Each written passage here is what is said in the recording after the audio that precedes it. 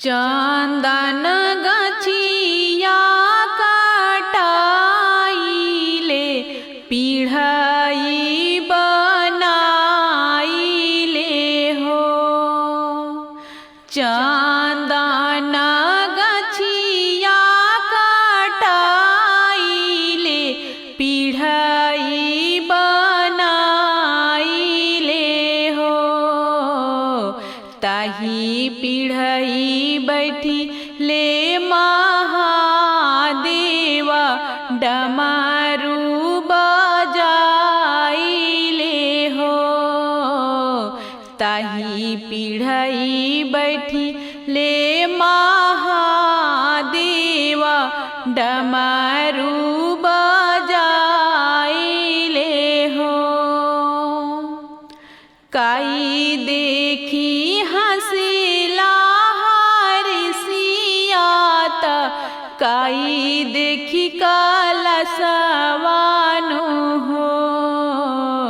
काई देखी हंसिला हरिसियात काई देखी कलसवानु हो।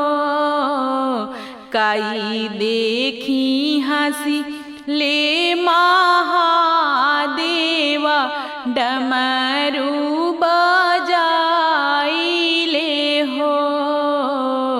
काई देखी हंसी ले महादेवा डमरू बजाइले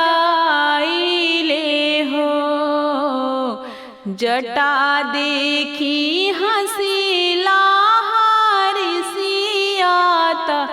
मौरी देखी कलसवानु हो।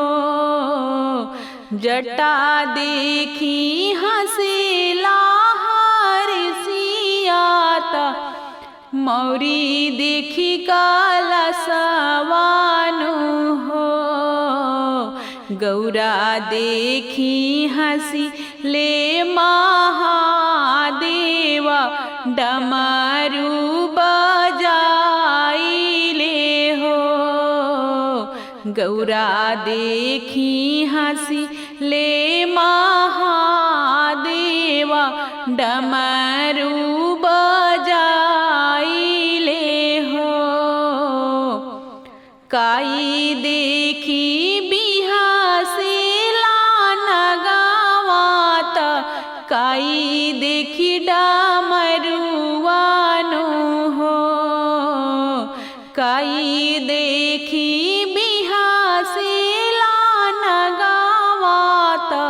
काई देखी डमरुआनु हो। काई देखी बिहा से ले बसहात मने माने हरे से ले हो।